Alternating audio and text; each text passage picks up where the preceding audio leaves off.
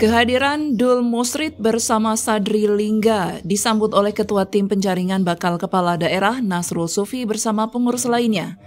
Kehadiran calon bupati bersama Wakil Bupati Aceh Singkil untuk menyerahkan berkas dan penyampaian visi misi di hadapan tim penjaringan DPD Gerindra Aceh. Dalam pemaparan visi misinya, pasangan ini berkomitmen untuk memastikan infrastruktur merata di setiap kecamatan di Aceh Singkil.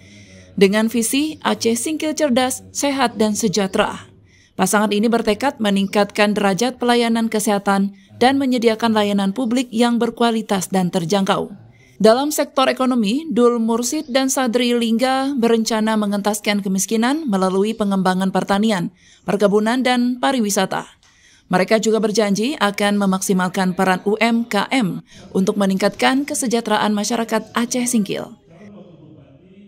Sesuai dengan visi dan misi saya dan juga ditanyakan oleh panelis bahwasanya bagaimana penilaiannya tentang angka kemiskinan di Singkil yang lebih tinggi. Tentu kita akan melakukan validasi data bersama Badan Pusat Statistik.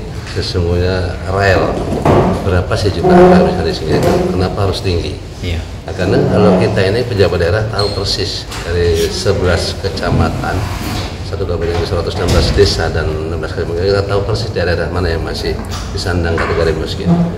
Jadi kami menurut pendapat kami tidak real atas apa yang dilakukan oleh BPS itu sendiri.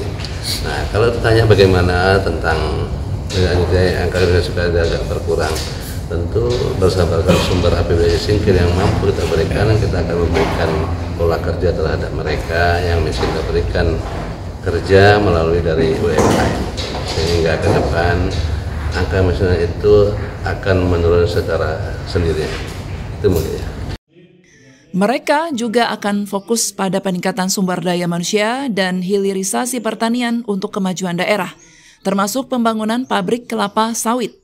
Pasangan calon bupati dan wakil bupati Aceh Singkil mengharapkan Partai Gerindra dapat memberikan dukungan penuh kepada kami untuk mewujudkan visi dan misi kami untuk memajukan Kabupaten Aceh Singkil yang sejahtera.